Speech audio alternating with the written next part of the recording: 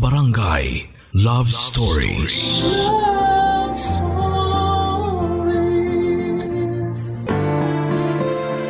Ang sabi nila, the best things in life are worth waiting for. Kailangan lang natin ng mahabang pasensya at tiwala kay Lord na balang araw ay darating din ang pinakahihintay nating panalangin. Ikaw kapuso, gaano katagal ang paghihintay na ginawa mo bago makuha ang iyong pinaka-aasam?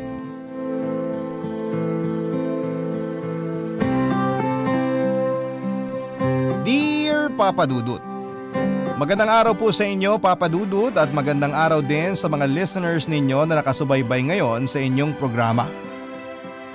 Ako po si Joaquin, 35 years old at isang government employee mula sa Laguna. Pangatlo po ko sa 6 na magkakapatid, engineer ang papa ko, samantalang housewife naman ang mama ko.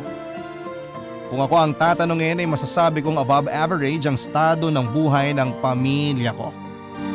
Dahil professional si papa at galing naman sa may kayang pamilya si mama ay lumaki kaming magkakapatid na merong maayos na buhay. Lahat ng mga kapatid ko maliban sa akin ay nag-aral sa private school. Ako kasi Papa Dudut ay mas pinili ko mag-aral sa public noong high school ako dahil gusto kong makasama ang mga kababata ko. Ito na siguro ang isa sa mga desisyon na never kong pagsisisihan. Dahil kung hindi dahil doon ay hindi ko makikilala ang kauna-unahang babaeng nagpatibok ng puso ko. Si Erin. Papa Dudut, 4th year high school na kami noon nang mag-transfer si Erin sa school namin. Ako noon ang pinakaunang kaklase na nakilala ni Erin dahil ako ang seatmate niya. Sa akin siya naitabi matapos gawing alphabetical order ang seating arrangement namin sa unang araw ng klase. First day pa lang noon pero marami na kaagad akong nalaman tungkol kay Erin. Ako po kasi ang nakapareha niya sa first activity namin noon na introduce your partner, kung saan ay pinakilala ako ni Erin sa buong klase samantalang ako naman ang nag-introduce sa kanya, Papa Dudut.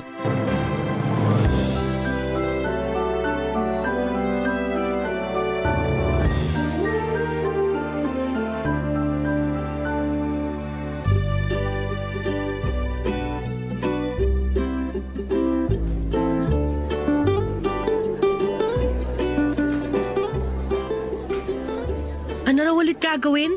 I-interviewin daw natin ang isa't isa. Para saan?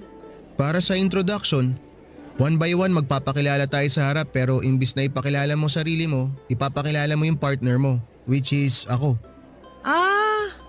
Yun lang ba gagawin natin buong klase? Ganun naman lagi sa first day of class eh. Puro introduce yourself lang lalo na dito sa English class. Paano tayo magsisimula? Tatanungin kita tapos magtatanong ka naman ng kahit na ano tungkol sa akin. Ganun lang kasimple. Mas maganda siguro kung magsimula muna tayo sa pangalan. Erin. Ako si Erin. Ikaw? Joaquin, pero kinantawag sa akin ng mga kaibigan ko. Ikaw, may nickname ka rin ba? Wala eh.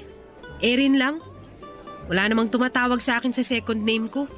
Ganun ba? Erin Angeline kasi ang buong pangalan ko. Uy, mas bagay sa'yo yung Angeline. Ako, Joaquin lang talaga. Wala nang pangalawang pangalan. Di ba transferee ka? Oo. Galing kaming Cavite. Ba't naman kayo lumipat dito? Wala naman talaga kaming permanenteng bahay eh. Noon, nasa Batangas kami. Tapos lumipat sa Lucena. Tapos sa Cavite. Ngayon, Laguna naman. Bakit? Dahil ba sa trabaho ng mga magulang mo? Walang trabaho ang nanay ko. Sumasideline lang siya. Tatay ko naman, hindi ko alam kung buhay pa o patay na. Dalawa lang kami ni nanay na magkasama, kaya madali lang kami makalipat ng tinitirahan. Bakit naman kayo lumipat dito sa Laguna? Hindi ko alam. Masyado na yatang madaming utang si nanay, kaya ayun, tinakasan niya yung mga pinagkakautangan niya. Buti hindi kayo pinapulis ng mga tinakbuhan niyang tao. Sanay na si nanay sa mga ganun. Bawat probinsya yata rito, wanted siya sa dami ng utang eh. Tapos kada bagong lugar, bago rin ang pangalang ginagamit niya. May Yoli, Danica, Bernadette, Lisa. Kaya nga minsan, hindi ko na siya tinatawag sa pangalan eh. Parang scammer naman ang labas ng nanay mo. Lahat gagawin nun para sa bisyo niya. Di baling wala kaming ulam basta may pambili siya ng bisyo niya. Ano bang bisyo ng nanay mo?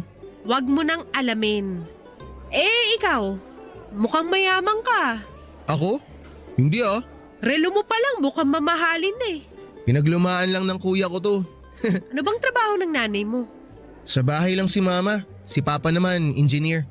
Mayaman nga kayo, engineer tatay mo eh. Sakto lang naman. Pero hindi naman kami mayaman na mayaman.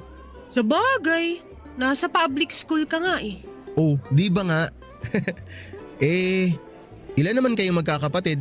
May isa akong kapatid pero ipinaampon ni nanay dahil sa hirap. Nagkaanak ulit tapos ibinenta naman. 3 kami pero ako na lang yung natitira. Ikaw ang panganay? Hindi dapat. May kuya ako pero namatay siya habang nasa tiyan ni nanay. Ang saklap naman ng buhay mo. Wala pa tayo sa malalang parte ng buhay ko. Matatapos na siguro tong school year kapag kinuwento ko sa'yo lahat. Balik na lang tayo sa activity. Doon tayo sa mga bagay na gusto mong i-share sa buong klase. Ganito na lang. Ako na lang magsusulat ng introduction ko. Isulat mo rin yung sayo tapos palit na lang tayo para mas madali. O sige, mas madali nga yan. Papa Dudut, may pagkasnab ang first impression ko kay Erin. Hindi kasi siya masyadong palasalita pero kapag ikaw ang unang nag-approach sa kanya ay marami naman siyang naikukwento. Hindi siya mahilig makihalubilo sa mga kaklase namin. Hindi kanya lalapitan kapag hindi kanya type kausapin at malalaman mo yon dahil ipapaalam niya ito sa iyo mismo. May pagkatakles ang bunganga nito, kapag binubuli mo siya ibubuli ka niya ng mas malala kaya rin walang masyadong nakikipagkaibigan sa kanya noon. Kung tutuusin ay ako lang yata ang maituturing niyang kaibigan sa classroom namin. Ayaw niyang sumama sa mga babae naming classmates noon kasi masyado raw silang maarte at hindi siya makasabay sa kanila. Karaniwan sa mga lalaki siya nakikisama na wala namang problema sa akin dahil mas lalo kaming naging close dahil doon. Kahit na parang aso't pusa kami kung mag-asara noon, Papa Dudut, ay mabilis na nabuo ang tiwala sa pagitan namin ni Erin. Siyang naging best friend ko noong nasa high school ako na hindi ko inaasahang mangyayari dahil magkaibang ugali naming dalawa. Kung active ako sa academics, si Erin naman ay parang allergic sa pag-aaral. Seryoso ako sa school dahil nasa honor roll ako noong samantalang si Erin naman ay chill lang basta pasado ang grades kahit na pasawang awa lang.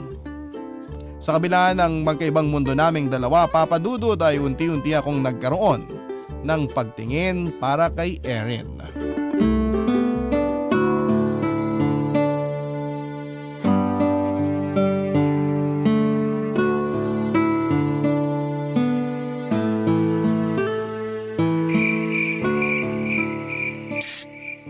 Joaquin! Huy! Nandito ako! Erin? Anong ginagawa mo rito ng ganitong oras? Gabi na. Hindi ba malayo yung bahay niyo rito? Nagpapalipas lang ako ng oras bago ko umuwi sa amin. Talaga? Baka naman dinayo mo talaga ako rito ah. Siraulo ka ba? Ano naman kita? Ba't kita dadayuhin? Napadpad lang ako rito kasi wala akong mapuntahan. Tsaka hindi ko naman alam na taga rito ka pala. Sumakto lang na nakita kitang naglalakad. Teka, ano yung nasa mukha mo? Sugat ba yan? Wala to. Nakalmot ko lang sarili ko. Yung totoo, nag-away na naman kayo ng nanay mo no? Kaya ka nandito kasi masama na naman ang loob mo sa kanya. Sinong hindi sasama ang loob? Sampaling ka ba naman ng sarili mong nanay? Tapos ang tutulis pa ng mga kuko niya para mangkukulam. Pati tuloy pisngi ko na sugatan. Ano na naman ba kasing pinag-awayan nyo? Mahabang kwento. Mas mabuti na lang na wala kang alam. Wala ka rin namang maitutulong eh. Gusto mo samahan muna kita rito? Sige. Eto, gusto mo? Ano ba to? Ang pait naman yan. Ano ba yan? Alak ba yan? Di ka pa nakatikim ng alak? Gin yan. Kala mo soft drinks na. Ang bata-bata mo pa umiinom ka na ng alak. Nakalagay pa sa plastic at straw. Yan ang natutunan ko sa nanay ko eh. Kahit na. Di mo ba alam na nakaka-turn off sa babae yung umiinom? Di mo turn off kayo. Anong paki ko? Tsaka bata lang ako sa edad pero sa dami ng pinagdaanan ko sa buhay, daig ko pa mga matatanda. Kaya huwag ka na magulat kung bakit marunong ako uminom ng alak. O eto, tikman mo ulit. Ayoko, hindi ako umiinom. Pangit lang lasa niyan kapag first time mo. Pero kapag nasanay ka na, hahanap-hanapin mo rin. Sige na, try mo ulit. Isang beses na lang ah.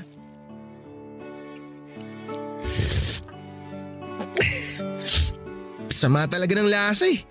Tsaka ang init sa pakiramdam. Ayoko na. Ganyan din ako nung una eh. Huwag ka na uminom. Sinasayang mo lang yung atay mo. Hindi yan healthy sa katawan. Bakit? Na-turn off ka na ba? Wala ka na bang gusto sa akin? Sino naman nagsabing may gusto ako sa'yo? Huwag mo nang itago. Obvious naman eh. Tsaka sinabi na sa akin ni Arnold na crush mo raw ako. Ano? Totoo ba? Crush lang naman eh. Maghanap ka na lang ng iba. Hindi tayo bagay. Magkagusto ka sa mga tipo ni Claire. Yung classroom president natin. Mabait yun. Matalino, maayos ang buhay. Hindi katulad ko ng walang kwenta. Paano kung mas gusto ko yung walang kwenta? Nahihibang ka ba? Ano naman mapapala mo sa akin? Mahirap lang ako. Walang kwentang nanay, bobo, walang future. Baka mamaya sampalin pa ako ng nanay mo ng 1,000,000 para lang layuan kita. Doon ka na lang sa mga ka-level mo. Wala nang patutunguhan ng buhay ko. Ikaw, may future ka pa. Lahat naman tayo may future. Tsaka, hindi ko mauutusan ng puso ko kung sinong tao ang gusto kong mahalin. Sigurado ka ba dyan? Pipiliin mo ko kahit wala kang future sa akin? Tulungan mo sarili mo, Erin. Bata pa naman tayo. Marami pa tayong oras para ayusin ang buhay natin. Huwag ka muna mag-give up ng ganito kaaga. Kaya mo ba maghintay? Maghintay? Gaano ba katagal? Kapag may maayos na akong buhay. Kapag nakaalis na ako sa poder ng nanay ko. Kapag mayaman na ako, may trabaho, yung tulad mo na wala nang gaanong problema. Kapag dumating ang araw na yon, sige. Baka sagutin kita kapag niligawan mo ko. Yun lang ba? Sige, maghihintay ako. Basta ipangako mo lang sa akin na may maghihintay talaga ako ah. Promise, after 14 years, kahit itaga mo pa sa bato, susubukan kong ayusin tong walang kwentang buhay na to. Kapag wala ka pang pamilya nun at single pa rin ako, kahit wala nang ligaw-ligaw, kasal na agad. 14 years? 30 na tayo nun ah. Sabi mo kaya mo maghintay.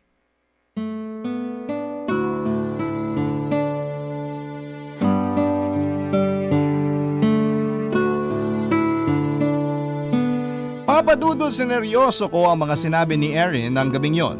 Kahit na alam kong medyo nakainom na siya ng mga oras na yon. Sa katunayan, kinaumagahan sa klase ay gumawa pa ako ng kasulatan na nagsasabing magpapakasal kami pagsapit namin ng 30 kapag wala pa kaming kanya-kanyang pamilya. Sinabayan naman ni Erin ang trip ko noon at pareho naming pinirmahan ng love contract na ginawa ko. Sa pagdaan ng mga buwan ay mas lumala pa ang problema ni Erin sa bahay nila.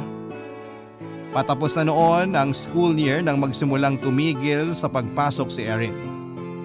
Wala naman akong ibang magawa para matulungan siya sa mga problema niya at ang tanging na ibibigay ko lamang ay support na kailangan niya ay ang makakausap at makakasama.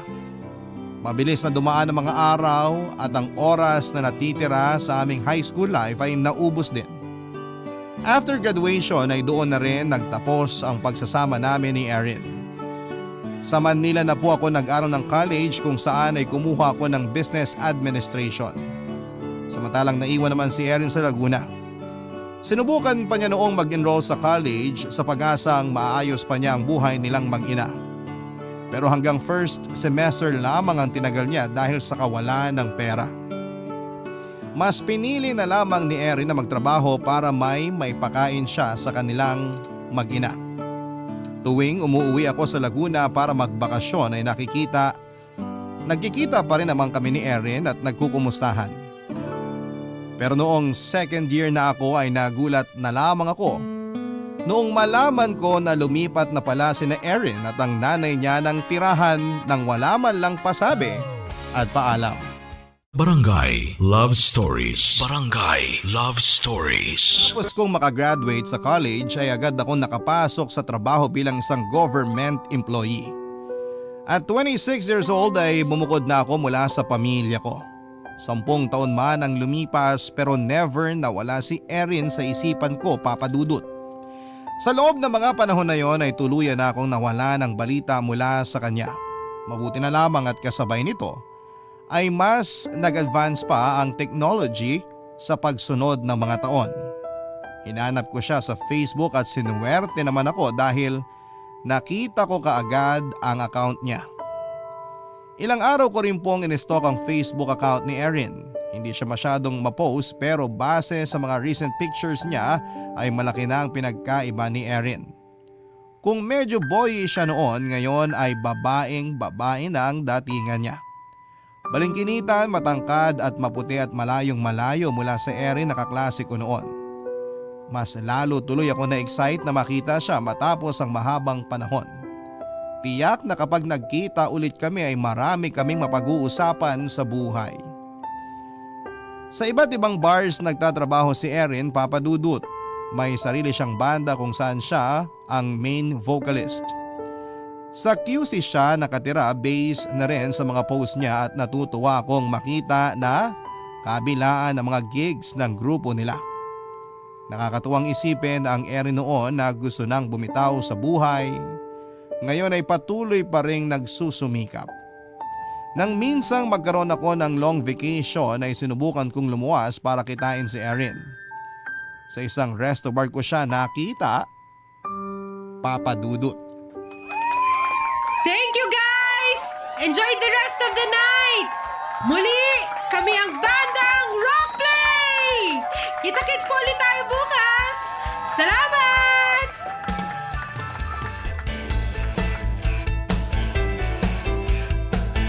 Okay, pack up na guys. Good job tayo tonight ha. Grabe ang crowd, sobrang active nila. Sana ganito lagi. Excuse po miss. Pwede po bang magpahabol? May gusto po sana ako ipa-request na kanta. Hala sir, nag-last song na po kami kanina eh. Tsaka magsasara na rin tong bar maya-maya. Balik na lang po kayo bukas. Uunahin ko yung request nyo. Hindi mo na ba ako nakikilala? Ha? Wait lang. Joaquin? Oh my gosh, ikaw nga! Nakakatampo ka naman. Di mo ako agad nakilala. Sorry, medyo madilim kasi. Tsaka tingnan mo nga, hindi ka na totoy. Payatot ka nun eh, pero ngayon ang laki ng katawan ha. Ikaw rin naman. Malaki na rin ang ipinagbago mo. Mas lalo kang gumanda ngayon, tsaka mukhang masaya ka na ngayon. Happy naman ako sa buhay ko ngayon. Sana ikaw din. Oo naman.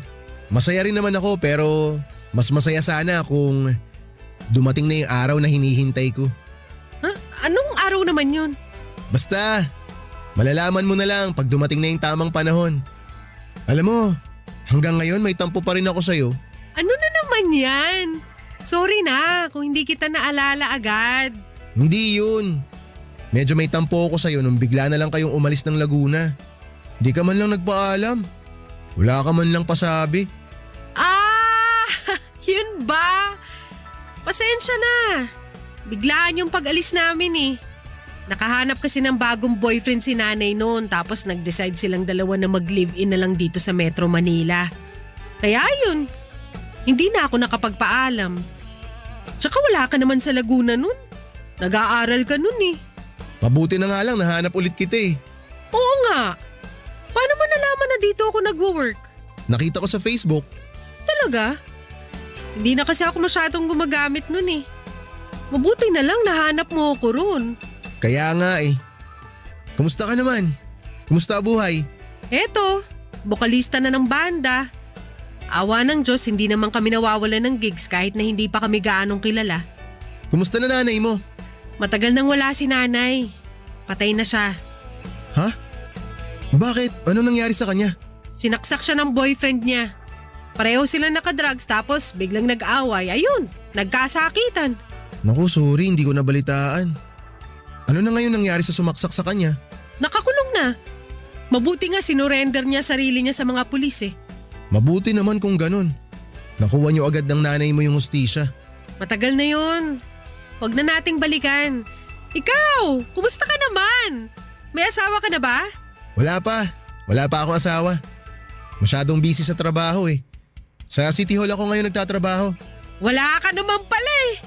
Unahan pa yata kita. Bakit? May asawa ka na? Wala pa pero live-in kami ng boyfriend ko. Ah, may boyfriend ka na? Oo, si Eric. Nakikita mo ba yon? Yung lalaki na kaupo sa harap ng drums? Siya yung boyfriend ko. Hindi ko in-expect na may boyfriend ka na pala. Ako nga, hindi ko in-expect na wala ka pa palang girlfriend eh. Mas madidismaya ka siguro kapag nalaman mong never pa ako nagka-girlfriend. Talaga? Bakit? May hinihintay kasi akong babae. Kaso mukhang wala na pala akong maaantay. Papa Dudut, wala naman akong ibang babae na inaantay kundi si Erin lang. Kaso nga lang ay hindi na yata niya ako nahintay dahil meron na siyang boyfriend ng panahon na yon. Mukha nga nalimutan na rin niya ang promise namin sa isa't isa na magiging kami pagsapit naming dalawa sa edad na 30. Pero kahit na ganoon ay hindi pa rin ako nawala ng pag-asa. 26 years old pa lamang naman kami noon at matagal-tagal pa ang kontratang pareho naming pinirmahan noong mga bata pa lamang kami. Pagkatapos ng pagkikita namin yun ni Erin ay muling nanumbalik ang dati naming pagkakaibigan. Kahit na magkalayo at may kanya-kanya na kaming buhay ay nagpatuloy ang komunikasyon namin. Pero marami pa rin ang pwedeng mangyari sa loob ng 4 na taon, Papa Dudut. Bigla na lang noong nawala sa social media si Erin. Hindi na siya nagpo-post sa Facebook at ang tanging komunikasyon namin ay biglang naputol. Hanggang sa dumating ang araw na pinakahihintay ko. Pagsapit ng 30th birthday ko ay sinubukan kong kontakin si Erin pero parang hindi na yata siya noon gumagamit ng social media. Pinuntahan ko siya sa Manila at sinuyod ng mga bars na pinagtatrabahuhan niya pero maging ang mga tao doon ay wala na ring balita sa kanya o kahit na sa banda nila na matagal na palang disbanded. Wala na akong ibang choice noon, Papa Dudut, kundi ang tanungin ng boyfriend ni Erin kung saan ko siya makikita. Nalaman ko na lamang na matagal na pala silang hiwalay at ang huling balita niya ay sa Tondo nakatira si Erin. Hinanap ko po si Erin sa Tondo at maswerte naman ako na nakita ko siya kaagad, Papa Dudut.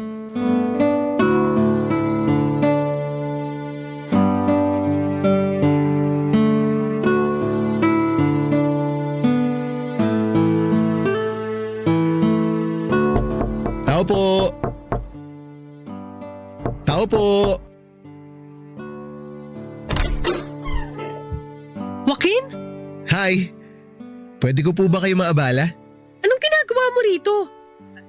Tsaka, paano mo ako nahanap? Nagtanong-tanong ako sa mga dati mong kabanda. Naghiwa-hiwalay na pala kayo? Oo, matagal na. Halika, pumasok ka. Salamat. Pasensya ka na. Magulo tong bahay, nakakahiya. Naku, okay lang. Ako naman yung nagpunta rito nang walang pasabi. So, anong nangyari sa banda nyo? Umalis ako sa banda nung naghiwalay kami ni Eric. Hindi na sila nakahanap ng kapalit ko, kaya ayun, naghiwa-hiwalay na rin sila. Talaga? Sayang naman. Ganyan talaga ang buhay. May times na masaya, may times na malungkot. Nasanay na ako. So, mag-isa ka lang ba dito? O may kasama kang iba? Kasama ko yung 2 anak ko. May mga anak ka na? Oo, meron. Isang 4 years old tapos yung isa 2 years old. Si Eric ba ang tatay? Yung una kay Eric, tapos yung pangalawa sa huling boyfriend ko.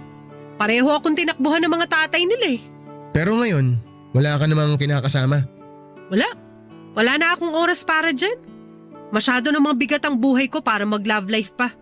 Idagdag mo pa yung 2 anak ko. Ayaw mo na ba talagang bigyan ng chance ulit ang puso mo? Para saan pa kung iiwan din naman ako? Paano kung hindi? Tsaka wala nang magkakagusto sa akin. Tingnan mo nga itsura ko. Losyang na ako. Daig ko pang 80 anyos. Uy, hindi naman. Erin. Wala ka bang naaalala na promise noong mga bata pa lang tayo? Anong promise? Nung nasa Laguna ka pa lang, may promise ka na ginawa eh. Sandali lang ipapakita ko sa'yo. Ito oh. Naaalala mo pa ba to?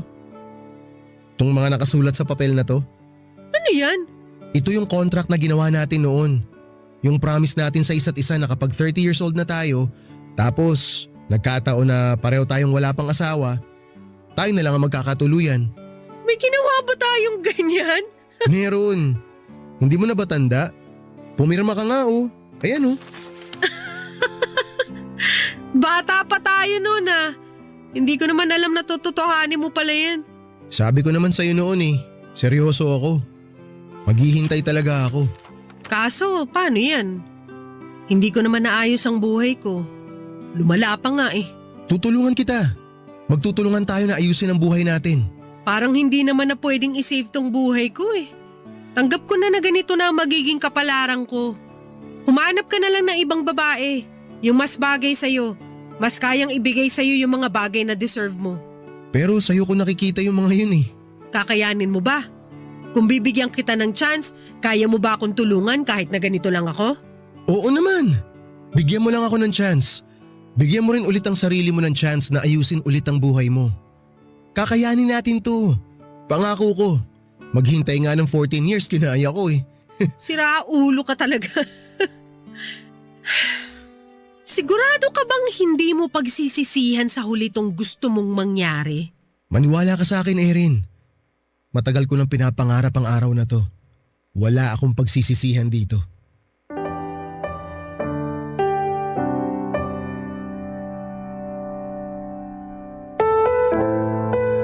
Papa Dudut, wala akong pakialam kung may anak na si Erin.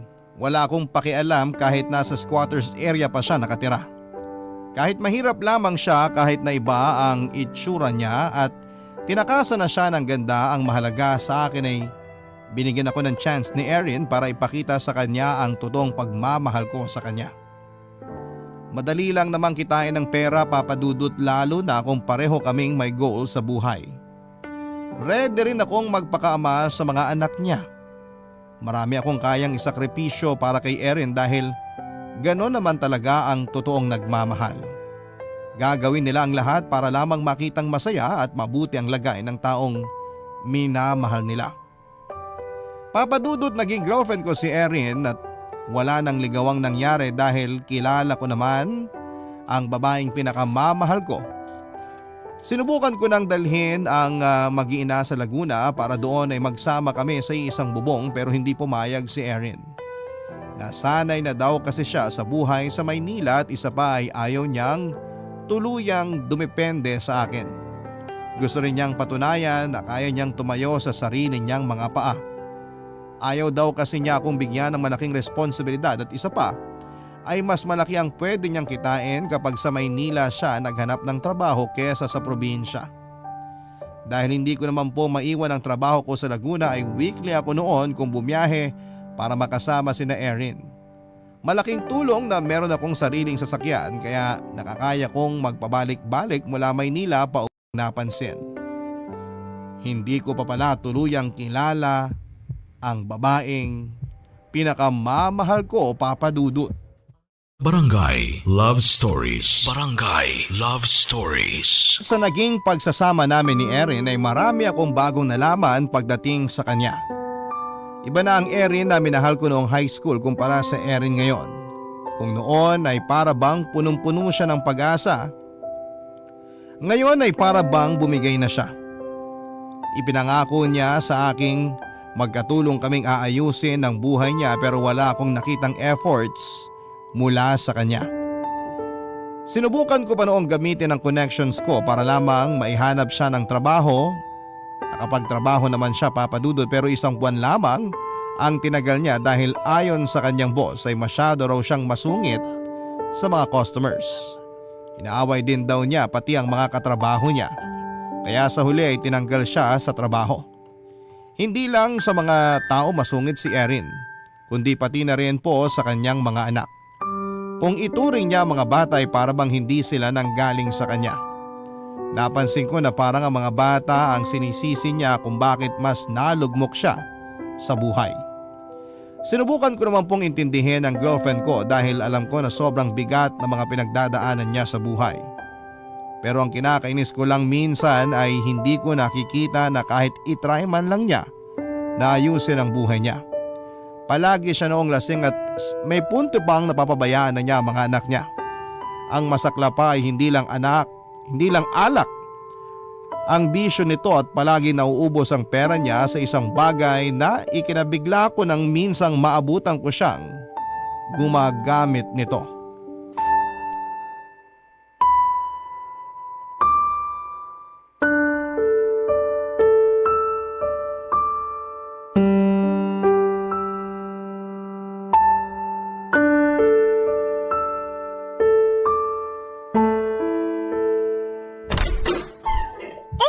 Erin, nasan yung mga bata? May dala akong… Ano yan? Wala to. Madilim kasi kaya nagsindi ako ng kandila. Gumagamit ka na naman ba ng… Hindi! Iba yung iniisip mo. Wala akong ginagawa masama. Patingin nga ako. Ano yung tinatago mo? Wala nga sabi. Ano ba? Diyan mo ba ginagastos yung mga perang binibigay ko sa'yo? Sa bawal na gamot? Erin naman! Nasaan yung mga bata? Natutulog sila. Akala ko ba ayusin mo na ang sarili mo? Ano tong ginagawa mo? Bakit kasi hindi ka nagsabi na darating ka ngayon? Para saan? Para may tago mo yung ginagawa mo? Kailan ka pa nagda-drugs, ha? Wala ka ng pakialam doon. May pakialam ako kasi boyfriend mo ako. Kapakanan mo lang ang iniisip ko. Dito mo pa talaga ginagawa kasama ng mga anak mo? Nakakadismaya ka, Erin. O ano? Tama ako, di ba? Hindi mo kakayanin. Pinagsabihan na kita noon eh. Gusto kitang tulungan. Gusto ko ulit makita na masaya ka. Pero para magawa yon, kailangan ikaw mismo tulungan mo rin ang sarili mo. Paano ko gagawin yon, Joaquin? Hindi ko na kaya. Ito? Itong ginagawa ko? Ito na lang yung tanging bagay na nakakatulong sa akin para kahit papano, kahit saglit, matakasang kumbigat ang pinagdadaanan ko ngayon. Yan ang problema eh. Tinatakasan mo kasi. Kahit anong tago ang gawin mo, hinding-hindi mawawala ang problema mo kung hindi mo yun haharapin, kung hindi mo aayusin. Nandito na nga ako, di ba? Nandito ako na handang sumuporta sa'yo, na gumabay sa pangako mong pagbabago. Pero nakakapagod din pala. Hindi naman kita pinilit na tulungan ako eh. Ikaw ang nagpumilit na pumasok sa buhay ko tapos ngayon magsisisi ka? Hindi mo na ako kayang baguhin kasi sa totoo lang, wala na. Basura ng buhay ko, patapon na. Wala na tayong magagawa tungkol doon. Patapon na ang buhay mo kasi yun ang ginagawa mo. Ikaw mismo ang nagtatapon ng mga pagkakataon na dumarating sa'yo. Pagbigyan mo naman ang sarili mo kahit ngayon lang. Paano ko tutulungan ang sarili ko kung wala na akong pag-asa? Wala nang patutunguhan tong buhay ko, Joaquin. Pagod na rin akong lumaban. Buong buhay ko, hindi ko man lang naranasan maging masaya. Simula bata pa lang wala na ako ibang naramdaman kundi ang pagiging walang kwenta ng buhay ko. Sinubukan ko naman eh. Sinubukan ko lumaban pero ewan ko ba? Galit yata sa akin ang mundo eh. Siguro pinanganak lang talaga ako para maging example sa mga tao na hindi dapat tularan ng isang tulad ko. Huwag mo namang gawin yan sa sarili mo, Erin. Hindi kita matutulungan kung ikaw mismo sumusuko ka na. Hayaan mong tulungan kita. Huwag mo nang pahirapan yung sarili mo. Hanggat maaga pa lumayo ka na sa akin para hindi ka na madamay pa. Wala ka na magagawa sa sitwasyon ko ngayon. Erin, please. Malis ka na! Ayaw kitang hilahin pababa. Okay na sa akin na kahit isa lang sa atin na magkaroon ng magandang buhay. Naging tayo naman, di ba? Hindi lang nag-work. Kaya wala nang problema sa love contract na sinasabi mo. Sige, aalis ako. Pero ito tatandaan mo, Erin. Hindi kita susukuan. Sana, wag mo rin sukuan ang sarili mo.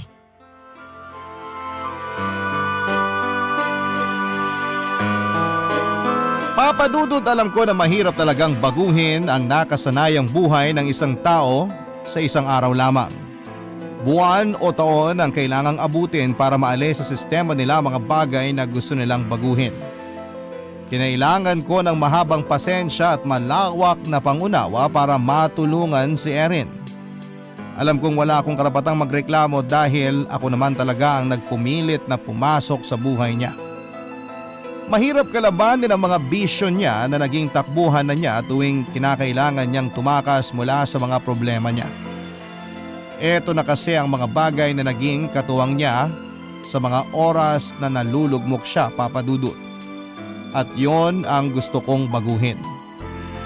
Sa kabila ng nangyaring away namin ni Erin ay nagulat ako na matapos sa mga sumunod na araw ay bigla siyang nagpakita sa akin. Humingi siya ng panibagong chance at nagsorry din siya kasabay ng pangakong susubukan niyang baguhin ang sarili niya para sa mga anak niya.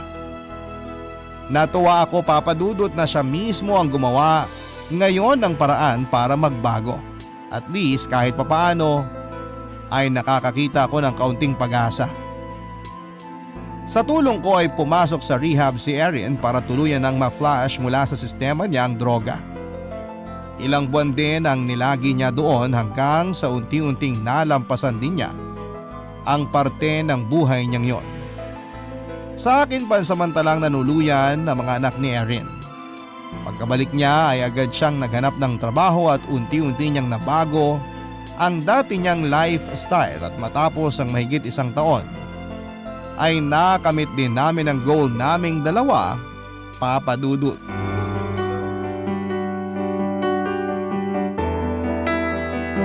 Wow! Ano to?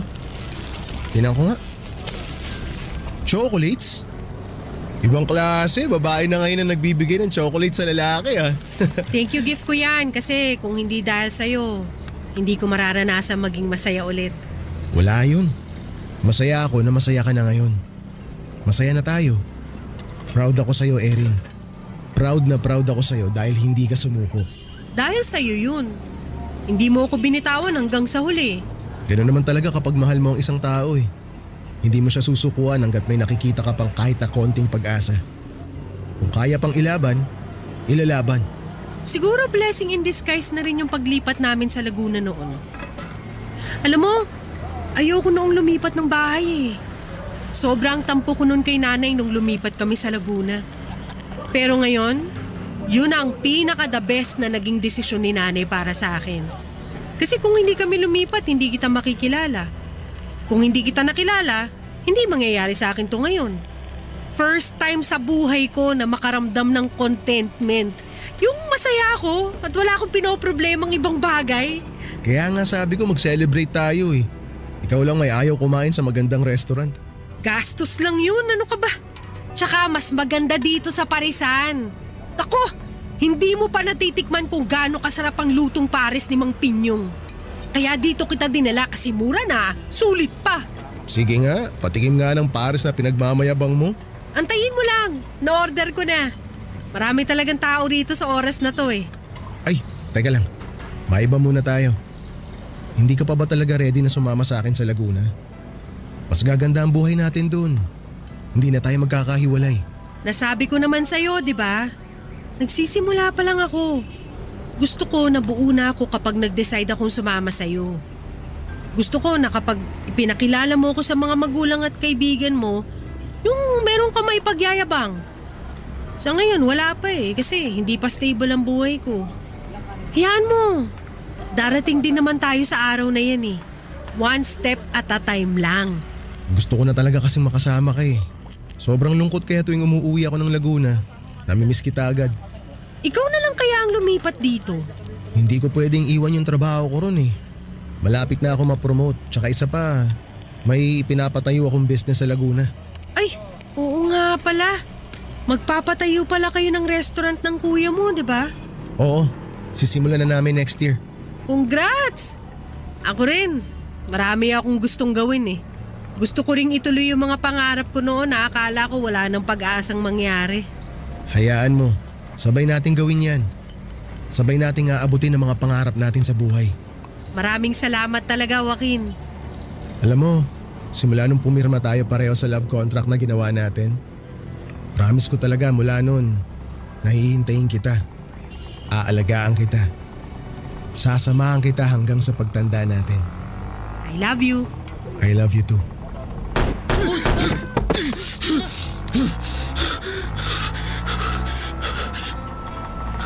Erin!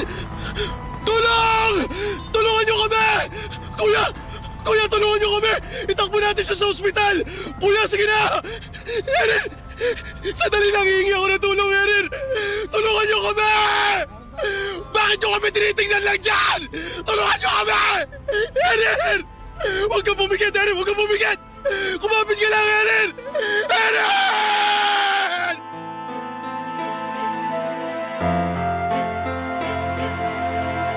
Papa Dudut, hindi na po nakaabot ng buhay si Erin sa ospital.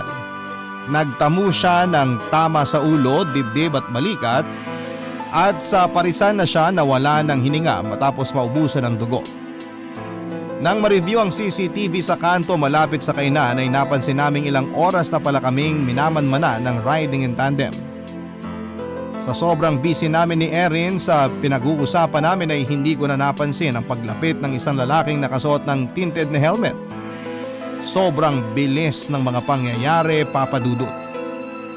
Pagkarinig ko ng sunod-sunod na putok, ang unang instinct ko ay dumapa.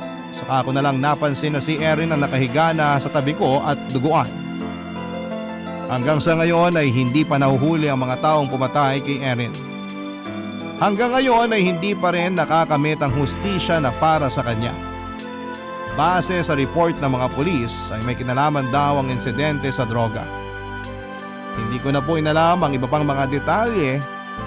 Hindi pa noon nagsisink in sa akin ang mga nangyari. Magkahalong gulat at lungkot ang nararamdaman ko noon, Papa Dudut. 3 araw na pinaglamayan namin ang mga labi ni Erin bago siya inilibing. Pagkatapos nito ay dali-dali akong bumalik sa Laguna kasama ang mga batang naulila. Natakot ako noon na baka balikan kami ng mga taong gumawa noon kay Erin kaya minabuti kong sa Laguna na kami tumira para mas safe. Sa awa naman ng Diyos ay wala naman pong masamang nangyari matapos ang mga sumunod na taon. Hanggang sa ngayon ay nasasaktan pa rin ako sa biglaang pagkawala ng taong minahal ko ng napakahabang panahon. Pero mas nasasaktan ako para sa mga batang iniwan niya. Ipinangako ko sa kanila na ako ang tatayo nilang magulang. Ayoko rin kasing maranasan nila ang mga pinagdaanan ng kanilang nanay na sa murang edad ay natikman na kaagad ang kalupitan ng mundo. Pagkalipas ng mga taon ay nakahanap naman ako ng panibagong pag-ibig, Papa Dudut.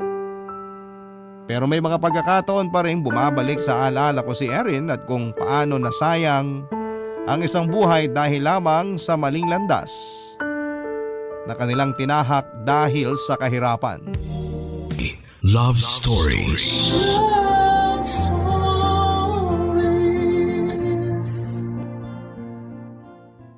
Barangay LS 97.1. 97.1. Number 1. Forever. Kabarangay, i-share mo ang iyong barangay love stories. Sabay-sabay nating pakinggan ang iyong kwento ng pag-ibig, buhay at pag-asa. Ipadala lang sa barangaylovestories@yahoo.com. Barangay Love Stories. Love Stories. Ang sabi ng mga matatanda, ang pagkabirhen daw ng babae ang pinakamagandang regalo na pwedeng maibigay niya sa kanyang mapapangasawa. Huwag raw itong ibibigay ng basta-basta dahil tanda raw ito ng pagpapahalaga sa sarili. Ikaw, kapuso, sinusunod mo ba ang sinasabi ng matatanda?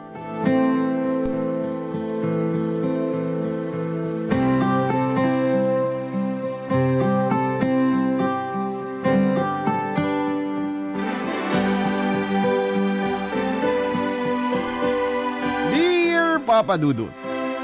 Ako nga po pala si Bianca, karelasyon nang ayain niya akong magpakasal. Napakasaya ko noong inaya niya ako, Papa Dudut. Walang agam-agam noon sa isipan ko at tanging oo lamang ang sinagot ko. First year college lamang kami noong niligawan niya ako. Hindi ko muna siya sinagot kasi priority ko ang pag-aaral. Nagtiyaga naman siya sa akin at nung una akala ko ay susukuan na niya ako dahil ilang taon siyang maghihintay. Pero nabilib ako sa kanya dahil hindi niya tinigil ang panliligaw sa akin. Sa mismong graduation namin ay sinagot ko siya, Papa Dudut. Nakita ko kung gaano siya kasaya. Yun ang simula ng masayang relasyon namin at sabay kaming naghanap ng trabaho pero makalipas lamang ang 2 taon ay kinailangan niyang sumama sa kapatid niya sa ibang bansa. Nakipaghiwalay ako sa kanya bago siya umalis papunta sa ibang bansa. Sinabi ko sa kanya na baka hindi ko kayanin na hindi siya makasama. Hindi naman siya pumayag. Inassure niya ako na hindi masisira ng distansya ang relasyon naming dalawa. Kumapit ako noon sa pangako niyang mag-iipon lang siya para balang araw ay mapakasalan na niya ako. Siniguro niyang may magandang future ako sa kanya at ang mga magiging anak namin. Yan ang isang bagay na nagustuhan ko sa kanya, Papa Dudut. Kaya naman kinaya ko ang LDR dahil wala naman akong ibang nakikitang ibang mamahalin kundi siya lamang. Oo, at naging mahirap ang simula pero nakayanan naming pareho. Hanggang isang araw ay inaya na niya ako magpakasal at yun na marahil ang simula ng totoong happy ending namin.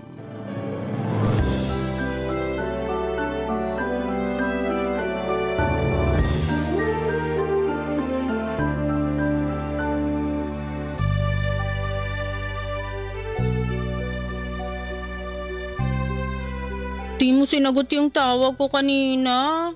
Urgent yun eh. Hala, sorry. Lumabas kasi kami ni Kuya. Pinuntahan namin yung isang friend niya na magbibigay ng part-time job sa amin. Kaya mo pa bang kumuha ng isa pang part-time job? Baka di na kayanin ng katawan mo ha. Ako pa ba? Kakayanin ko para sa atin. May ipon na naman tayo pareho. Pwede ka nang maghinay-hinay. Hindi pwede. Mukhang mapapagastos ako sa kasal natin eh. Sabi ko naman sa'yo kahit simpleng kasal lang eh. Kilala kita. Alam kong pangarap mo ang granding kasal. Kung hindi naman kaya, maiintindihan ko. Ay, hindi pwede. Nangako ako sa'yo dati na ibibigay ko sa'yo ang pangarap mong kasal. Bakit ang swerte ko sa'yo? Eh kasi swerte rin naman ako sa'yo. Oo nga pala, may mga chinek akong wedding packages last week. Inatipuhan ka na ba? Wala pa masyado eh. Hayaan mo muna. Di naman kailangan magmadali. May mahigit 1 taon pa tayo bago ikasal. Makakahanap din tayo ng gusto natin. Sa bagay. Excited ka na ba? Ako pa bang tinatanong mo? Eh kasi baka hindi ka excited eh. Kasi kung hindi, mag-live-in na lang tayo para tipid. Ayun! Lumabas din yung totoong gusto. Joke lang. Isa lang din naman yung gusto ko bukod sa makasama ka habang buhay. Ano yon? Yung honeymoon. Ikaw talaga? Ikaw ba? Di ka na-excite sa honeymoon natin? Siyempre. Siyempre oo, siyempre hindi. Oo? Di ka pa sure? Wag na lang muna natin pag-usapan yan. Matagal pa naman eh. Excite na kasi ako. Biruin mo yun. Nahintay ko yan ng mahigit 10 taon. Uy, nanunumbat na? Hindi ah. Ayos nga lang sa akin na naghintay ng ganong katagal. Alam kong worth it yung paghihintay ko. Bolero! Totoo nga. Alam kong di natin yan na pag-uusapan. Pero sana ready ka na. Paano kung hindi? Eh di pipilitin kita. Joke! Walang pilitan! Hindi pwede no. Asawa na kita nun. May karapatan na ako sa katawan mo. Joke! Atat na atat kang angkinin yung katawan ko ah. Ang kinin. Parang bomba film lang ah. Ngayon lang kita narinig nagsabi niyan. Ang cute! Che, change topic na nga. O sige. Teka, ano bang magandang ipalit na topic? Kahit ano. Ano kaya kung yung isusuot natin sa honeymoon natin? Ano ba namang topic yan? Sorry. Di ko talaga maalis yung excitement ko eh. If ever wala ka pang maisuot, pwede kitang bilan dito. Roel? Ano yun? Saka na natin pag-usapan yan kapag malapit na. Okay lang ba? Virgin pa ako noon, Papa Dudut, kaya hindi ako naging komportable sa mga tinatanong ni Ruel. May no sex before marriage pa kasi ako kay Ruel. Katulad ng ibang miyembro ng pamilya ko ay sumumpa rin ako na hindi ko isusuko ang bataan hanggat hindi pa ako ikinakasal. Nerespeto naman ni Ruel ang desisyon kong yon at sinuportahan niya ako. Madalas nga noong nagsisimula pa lamang kami ay nararamdaman kong gusto na niyang may mangyari sa amin pero napipigilan naman. Madalas din binibiro ako ng mga kaibigan ko na baka raw maghanap si Ruel ng ibang babae. Natatakot ako habang iniisip na baka dahil hindi ko siya mapagbigyan mabilis siyang matukso sa iba. Pero hindi naman yon nangyari, Papa Dudut. Nagtiwala ako sa kanya at nagtiwala rin siya sa sarili niya na hindi niya ako lolokohin. Wala akong kalam-alam noon tungkol sa usaping sex at never kasi ako nakipag-usap tungkol doon para maiwasan ko na maka-feel ng init kung sakali man. Kaya nga hindi naging komportable yung naging usapan namin ni Ruel tungkol sa honeymoon namin. Pero alam kong kailangan ko na noon na i-ready ang sarili ko sa ganong usapan. Kailangan ko na rin noon na mag-ready. Kaya naman nilapitan ko ang aking boy best friend na si Jim. Kabatch namin siya ni Ruel noong college. Nag-shift lang siya ng course noong second year college na kami. Pero hindi yun naging hadlang para maputol ang closeness namin. Lagi kaming magkakasama ni na Ruel at Jim lalo tuwing vacant namin. Siya rin ang naging kadamay ko sa mga panahong nangungulila ako noon kay Ruel, Papa Dudut. Para ko ng kapatid noon si Jim. Malaki ang naging ambag niya sa buhay ko at malaki ang tiwala ko sa kanya. Kaya naman in-open up ko sa kanya yung problema ko tungkol sa sex.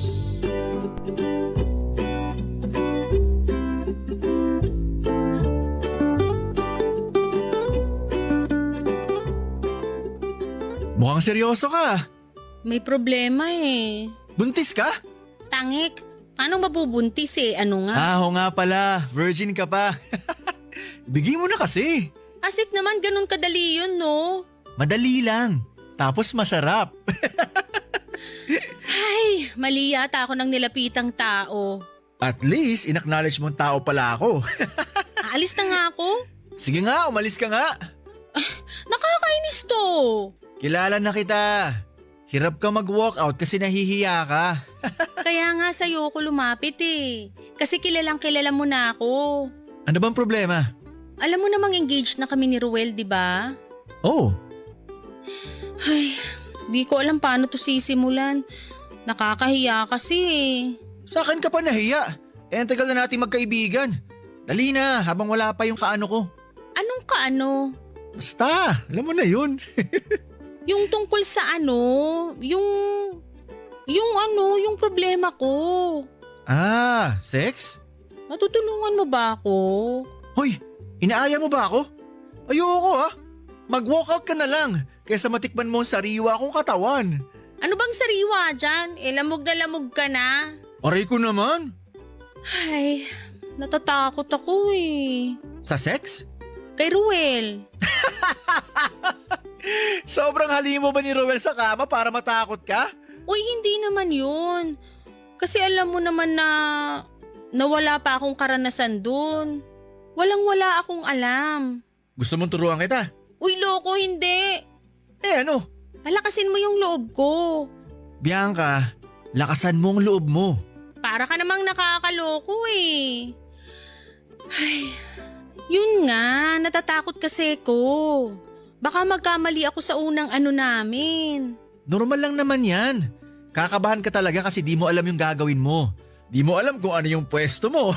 O kaya di mo alam kung masasatisfy mo ba siya o masasatisfy ka niya. Ayun na nga eh. Alam mo naman ako kapag kabado, pumapalpak yung ginagawa ko. Aalalayan ka naman siguro ni Ruel. Kalma ka lang. E paano yan? Parehas kaming walang alam tungkol sa ano. Sa sex. Siya walang alam. Malabo. Lo, may experience na kaya siya? Di nyo ba napag-uusapan? Isang beses lang kami nag-usap tungkol sa honeymoon namin. Ang awkward nga eh.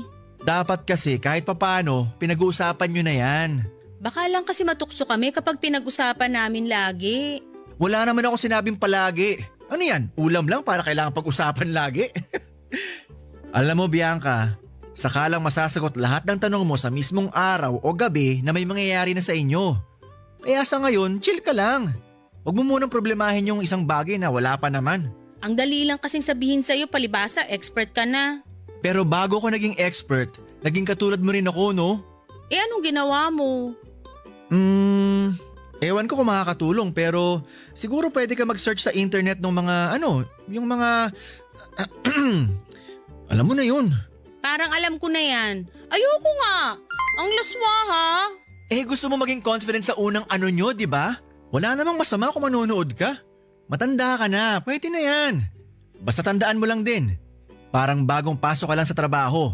Kakabahan ka talaga, wala ka pang alam eh. Pero masasanay ka rin. Konting experience lang ang kailangan.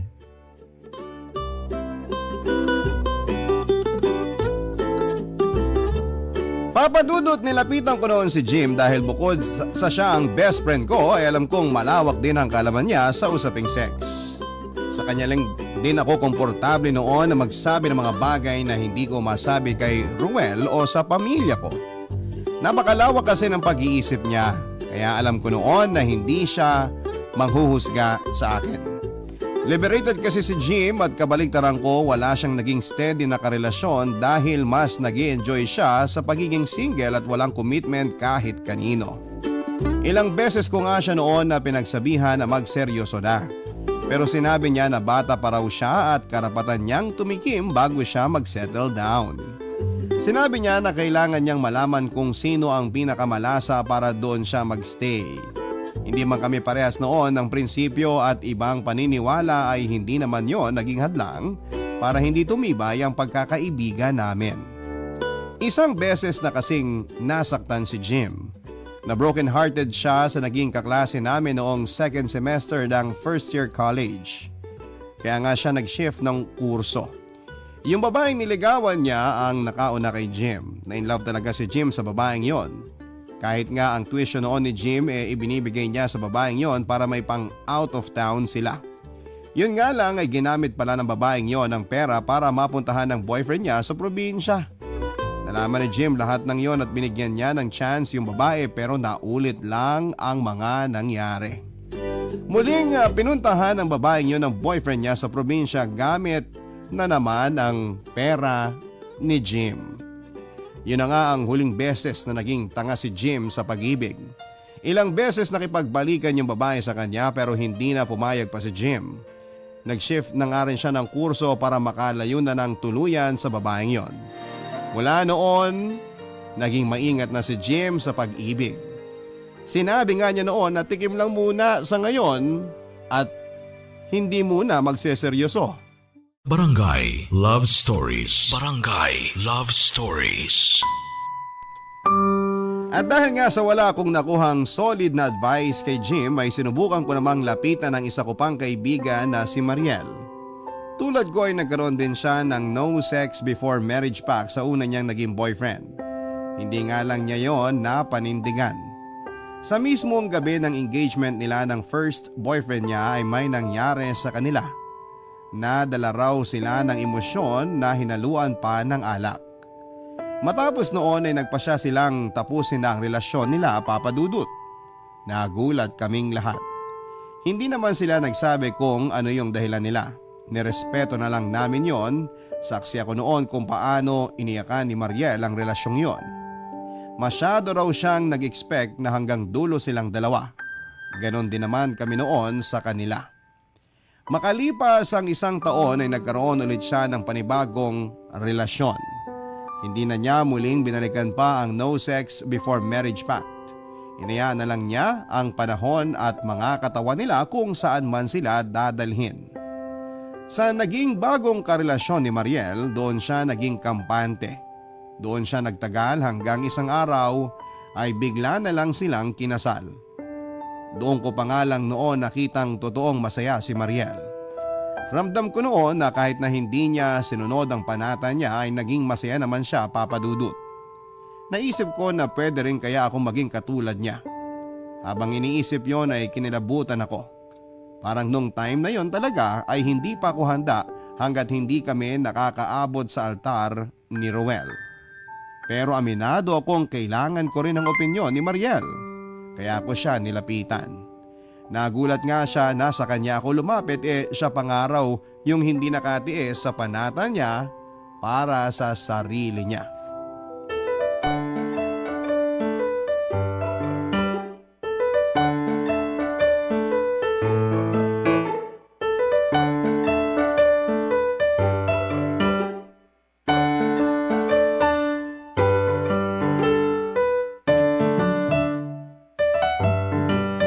Hindi ko talaga alam kung bakit sa akin ka lumapit. Sa lahat kasi ng kakilala ko, sa'yo lang ako medyo may malapit na experience. Ha? May experience ka na? Masarap ba? Uy, loka, hindi! Ang ibig kong sabihin, yung tungkol sa no sex before marriage, keme-keme. Yun ba? Di ba nga, hindi ko naman napanindigan yun. Bakit sa akin ka pa lumapit? Mali ka ata, girl. May tiwala akong makakatulong ka. Sa paanong paraan? Hindi ka ba nang hinayang na nabigay mo yung virginity mo sa taong akala mo yun na? Yung akala mo forever mo na? Nung una, oo. Sino ba namang hindi, di ba? Kahit yung mga walang ganyang klaseng panata sa sarili, manghihinayang pa rin talaga. Pero nung tumagal na, di na.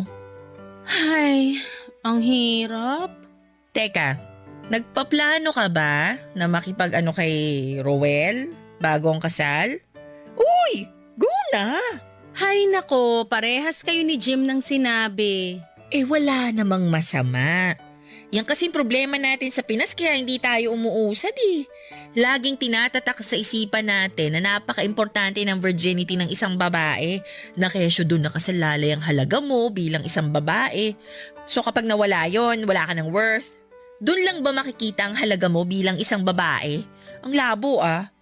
Kaya may mga katulad mong babae na masyadong pinanghahawakan ng virginity dahil dyan nakasalalay ang halaga nyo. Naisip mo na ba? Paano kaya kung nabigay mo niyan kay Ruel? Anong mafe-feel mo? Ayun na nga yung isa sa mga dahilan kung ba't ako nandito. Buong buhay mo, inalagaan mo yung virginity mo dahil na-equate mo yan sa halaga mo bilang isang babae.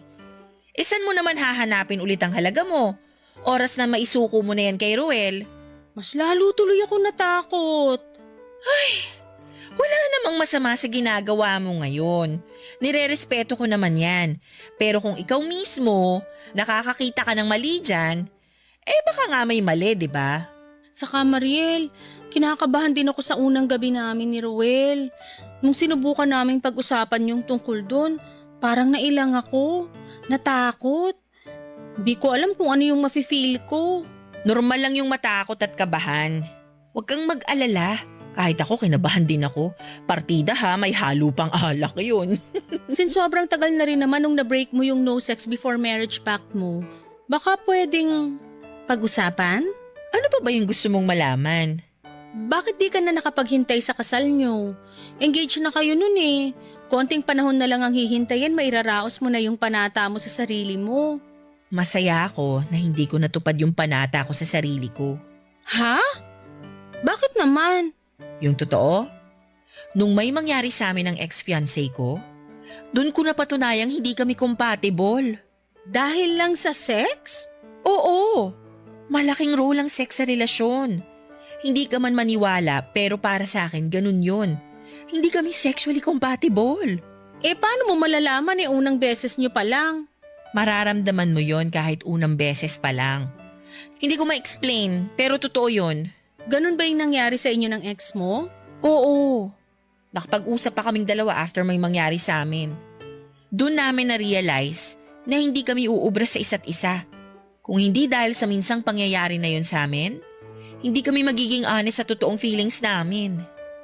Ay, maging ganun kaya kami ni Roel? May bala ka bang i-break yung pangako mo sa sarili mo?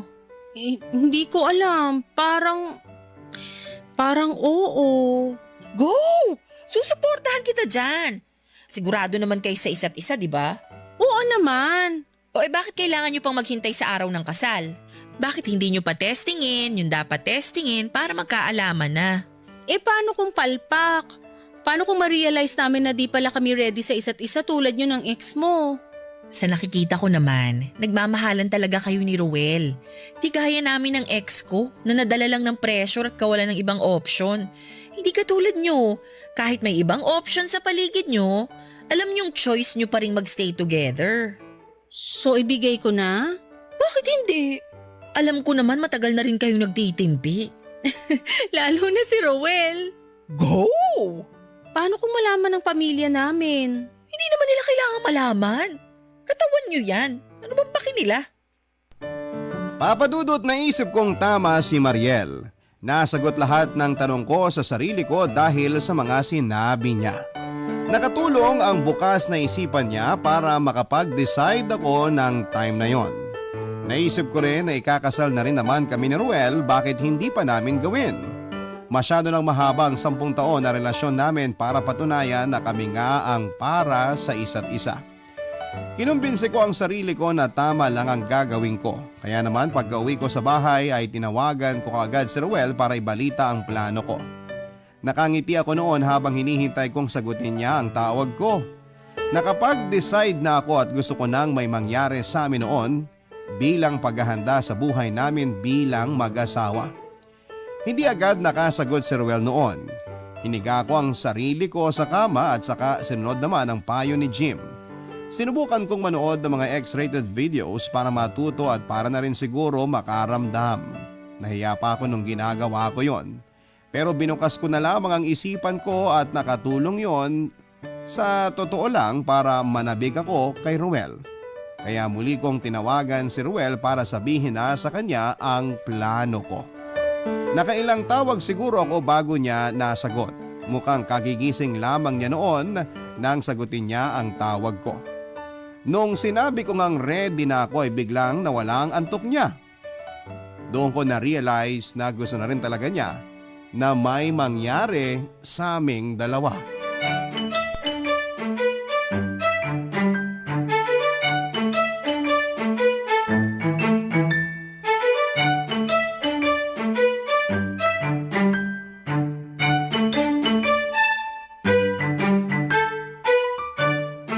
Ready na ako. Ready saan? Na may mangyari sa atin. Ha? Sure ka? Ayaw mo naman yata eh. Hindi naman sa ayaw, pero ang tagal mo ilalagaan yan ah. At ang tagal mo rin hinintay, di ba? Kung dahil lang sa akin kaya mo sinusuko yan, wag na. Maghintay na lang tayo sa kasal natin. Oy, hindi ah. Marami lang kasi kong na-realize eh. Ha? Anong mga na-realize mo? Na-realize kong sigurado na ako sa'yo. O tapos? At dahil doon, di na kailangan mag-isip ba kung tama ba na ibigay ko sa'yo to o hindi. Alam ko namang ibibigay mo sa akin yan, pero hindi sa ngayon. May banata ka sa sarili mo, di ba? Sabi ko nga sa'yo, marami na akong na-realize. Tinitest mo lang yata ako eh. Hindi ah, mamatay man. Aba, willing ka magbuwis ng buhay ha? Kasi ganun ako kasigurado. Sure ka na ba talaga, ha? Wala nang bawian kapag binigay mo sa akin yan. Di yan gamit na pwedeng isoli after gamitin. Alam ko naman yon. Nabibigla talaga ako sa mga sinasabi mo. Kagigising ko lang tapos ganyan kagad binungad mo. Di ka ba na-excite? Na-excite naman, pero nakokonsensya ako na kunin yan sa'yo. Alam ko sobrang mahalaga yan sa'yo eh. Kaya mo nga ako pinaghihintay, di ba? Tama nga si Mariel. Tama si Mariel saan? Siya kasi yung nagpa-realize sa akin sa negative messaging pagdating sa sex. Anong negative messaging? Basta! Okay ka lang ba? Di ka ba nabibigla sa mga sinasabi mo? Ayokong pagsisiyan mo yan sa uli ha? Bakit ako magsisisi kung ito nga yung gusto ko? Kasi… Ruel, nasa tamang edad na tayo. Pareho tayong may stable na trabaho at malapit na ring ikasal. Wala nang dapat habulin o patunayan.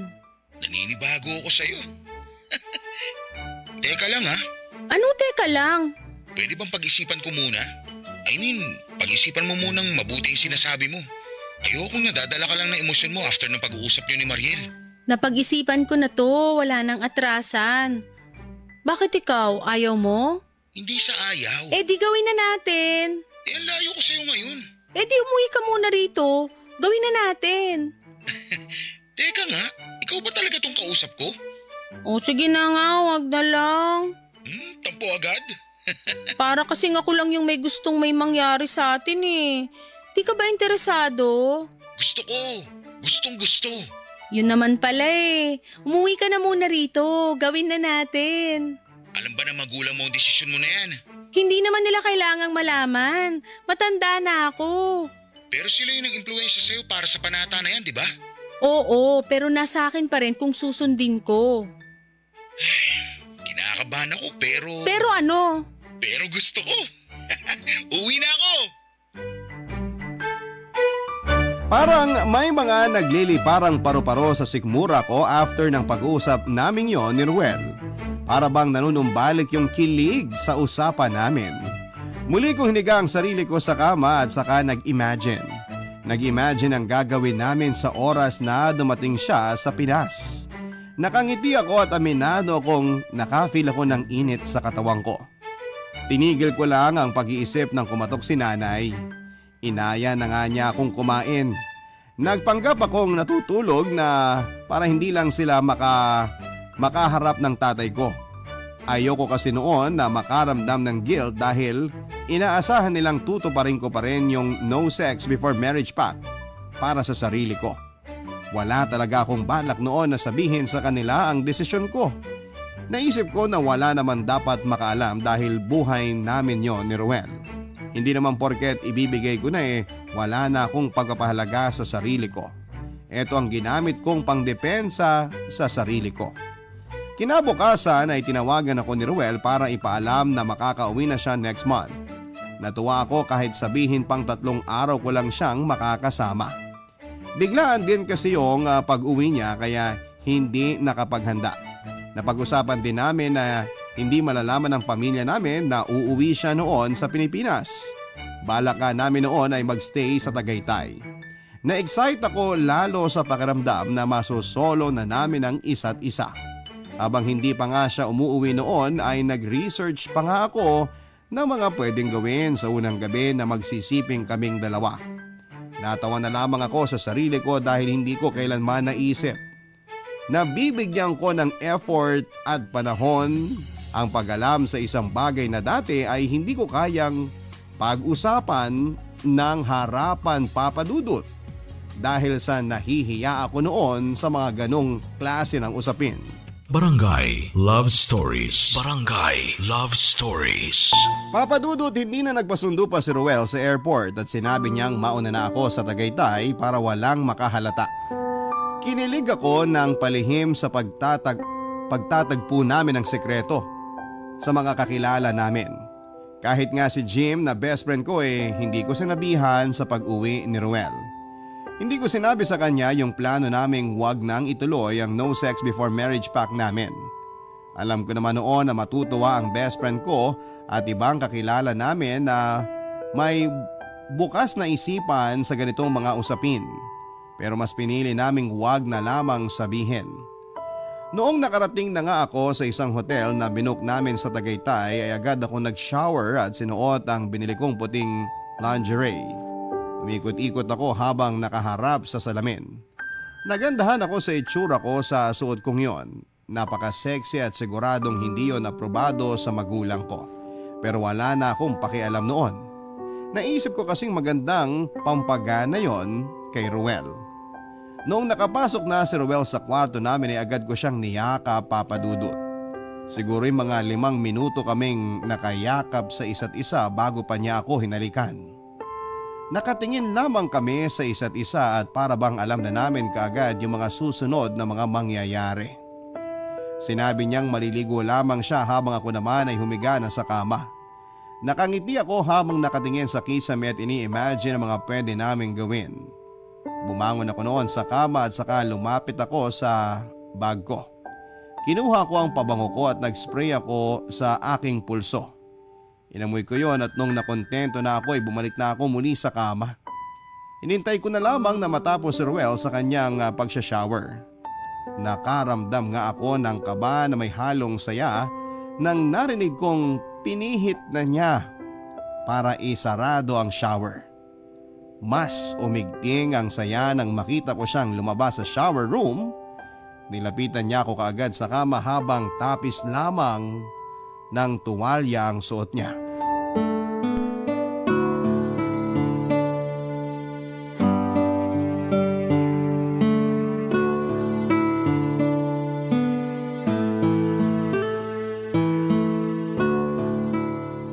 Ngayon ko lang nakita yung suot mo ah. Bago? Oo, kakabili ko lang last week. Ang ganda. Bagay na bagay sa'yo. Bagay din sa'yo yung tuwalyang suot mo. Pero alam mo kung ano mas bagay? Tayo. Bukod doon, Ano? mas bagay sa'yo kung tatanggalin mo na yung suot mo. Grabe naman. Gusto mong nakadamit habang ginagawa natin yung gagawin natin? Ang lamig eh. Sana nagpajama ka na lang. Kailangan ko na bang tanggalin? Pwede namang ako na lang kung hindi mo kaya. Manipis lang naman to. Kaya ko na to. Baka mahirapan ka eh. Pakis nga. Namiss kita eh. Kailangan mo ba ng tulong sa tuwalya mo? Kusa na tumalalaglag. Pakis nga ulit. Nakakabitin yung una. Ako na nga lang magtatanggal. Expert ako dyan. Expert ka sa pagtatanggal ng tuwalya? Oo, araw-araw naman ako nagtatanggal ng tuwalya eh. Sinong tinatanggalan mo ng tuwalya? Sarili ko. Ang inosente talaga ng mahal ko. Balik pa nga. Sa labi naman. Oh, Mahal? bakit? Pwede bang mag-shower muna ako? Di ba nag-shower ka na kanina? Nainitan uli ako eh. Normal yan. Nagiinit na talaga yung katawan mo. Kasi nag-i-expect na eh. Nag-expect na ano? Na may mangyayari sa atin. Oo pala. Sorry. Higa na tayo? Kailangan talaga nakahiga. Ha? Ano kaya kung kumain muna tayo? Mas masarap kumain after mapagod. Higa na tayo. Ruel, pwedeng maghugas muna ng paa? Paa? Nadumihan kanina eh. Nakakahiya naman kung madumihan ko yung kumot. Ayos lang yan. Magpapalit na lang tayo mamaya. Balik nga. Ano ba? Sandali. Ano pa problema, Bianca? Gusto ko lang naman maghugas ng paa. Hindi eh. Kala ko ba ito yung gusto mo mangyari? Gusto ko naman. Bakit panay ang dahilan mo? Panay ang iwas mo? Ruel, parang di yata tama itong gagawin natin. Sana dati mo pa sinabi yan. Hindi ngayon nandito na ako. Huwag ka naman magalit. Sino bang hindi magagalit?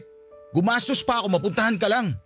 Nagsinungaling pa ako sa boss ko at sa kapatid ko para lang makauwi rito sa Pilipinas tapos ito lang mangyayari? I'm sorry, Ruel. Baka nga kailangan nating maghintay na matapos muna yung kasal natin. Bad trip ka? Ruel, please. Sabi ko naman sa'yo, pag-isipan mo ng mabuti. Ang hassle ng ginawa mo. Ruel naman. Bahala ka na dyan. Ruel, saan ka pupunta? Papa Dudut, sinubukan ko pang habulin noon si Ruel palabas ng hotel pero nakasakay na kaagad siya ng taxi. Pinagtinginan ako ng mga tao dahil sa suot ko. Nagmadali akong bumalik sa kwarto at doon ay umiyak na lamang Papa Dudut. Tinawagan ko si Ruel pero hindi siya sumasagot. Tinext ko siya para ipaliwanag na natakot lamang ako. Hindi rin siya nag-reply. Kinabahan ako noon kung saan siya pumunta. Hindi ko naman magawang hanapin siya noon sa mga kamag-anak niya dahil wala ngang nakakaalam na umuwi siya ng Pilipinas.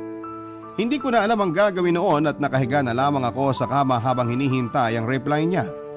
Hindi ko mapigilang sisihin noon ang sarili ko. Inintindi ko ang galit ni Ruel dahil nga nag-expect siya sa akin. Tama naman siya noong sinabi niya sa akin na dapat ay pinag-isipan kong mabuti yon. Isang buwan ang lumipas mula noong inaya ko siya pero kung kailan ando na kami ay saka naman ako biglang umatras. Wala pa ring naging reply si Ruel sa akin, Papa Dudut. Kahit nga sa Facebook, minessage ko siya pero hindi siya naka-online. Gumabi na noon at natakot na akong mag-isa sa hotel. Isang beses ko siyang tinawagan muli pero unattended na ang kanyang cellphone. Naiyak na naman ako dahil nanganganib na hindi matuloy ang aming kasal. Tinawagan ko si Jim para magpasaklolo. Hindi ko masabi sa kanya over the phone noon ang problema ko kaya pinapunta ko siya sa akin. Mabuti na lang at hindi siya kalayuan sa Tagaytay kaya agad niya akong napuntahan. Noong dumating siya ay napansin kaagad niya ang pamumugto ng mga mata ko. Napayak na lamang ako nang yakapin niya ako para medyo kumalma ako. Nang kumalma na ako ay saka ko sinabi sa kanya ang mga nangyari.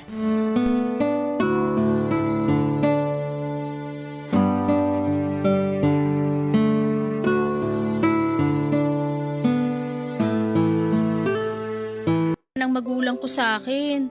Nahiya ako bigla. Naasiwa ako. Hindi mo ba narinig yung paalala ng magulang mo a month ago? Seryosohin mo naman sana tong sinasabi ko sa'yo. Naaawa na natatawa ako sa'yo eh. Na natatangahan. Jim naman eh. Tanggapin mo na. Kasalanan mo to. Tanggap ko naman. Pero parang ayaw tanggapin ni Rowel eh. Nagpapalamig lang yun. Huwag ka mag-alala. Eh paano kung hindi? Eh baka nagpapainit na sa iba. Hindi magandang biro yan ah. Sorry. Anong gagawin ko? Ano ba kasing pumasok sa isip mo at bigla ka nag-decide na may mangyari na sa inyo? Sinunod ko lang naman yung mga payo nyo.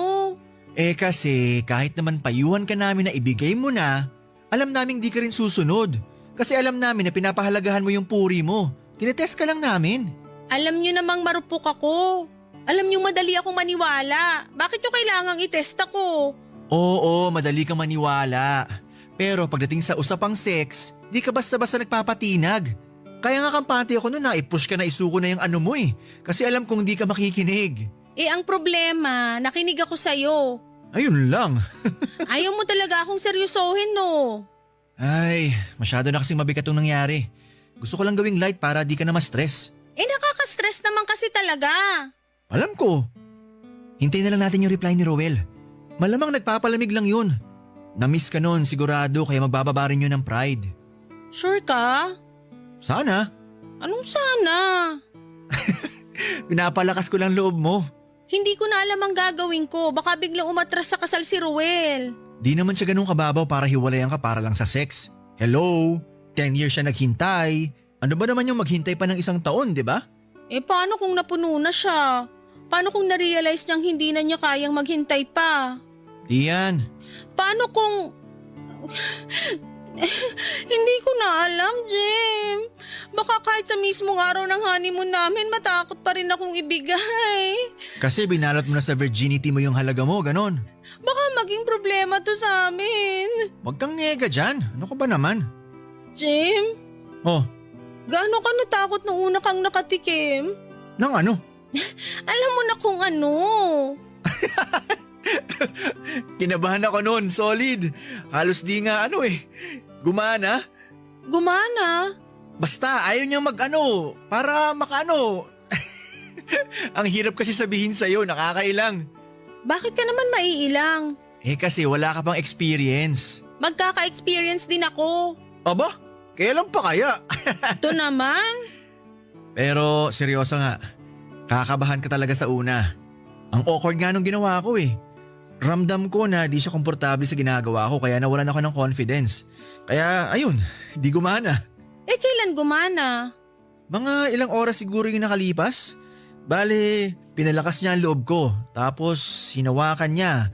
Lahat sa akin. Doon, nag-init ako noon. Dahil lang sa hawak? Oo naman.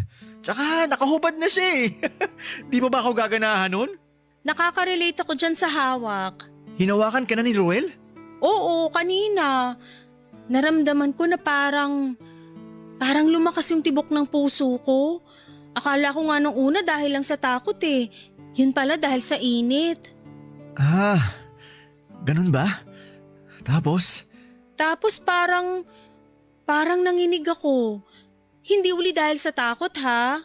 Parang mainit ba sa pakiramdam? Oo eh. Sobrang init. Gusto mo ba ulit ma-feel yun? Parang... Bianca?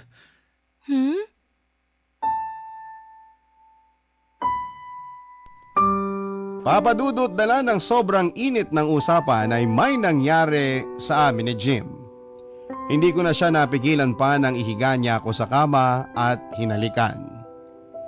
Hindi ako nakaramdam ng takot o kaba. Hinawakan niya ako sa mga nakatagong parte ng katawan ko. Hinawakan niya ang mga kamay ko para mahaplos ko siya tulad ng ginagawa niya sa akin. Habang may nangyayari sa akin ay walang ibang nasa isip ko kundi si Ruel. Ini-imagine ko na si Ruel ang kasiping ko ng gabing yon at hindi si Jim.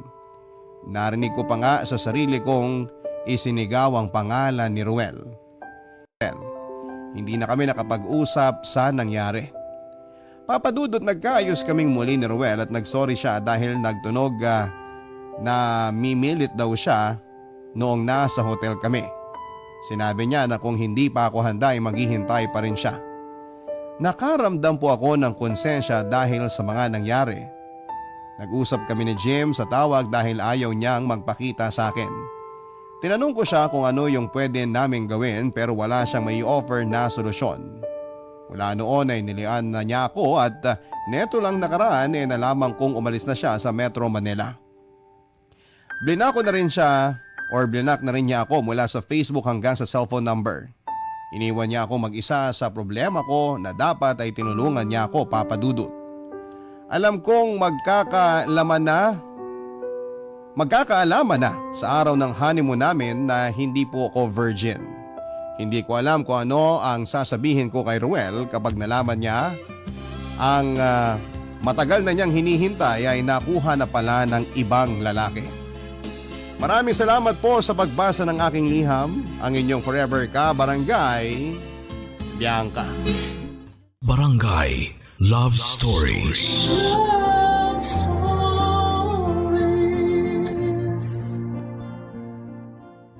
Barangay LS 97.1. 97.1. Number 1. Forever.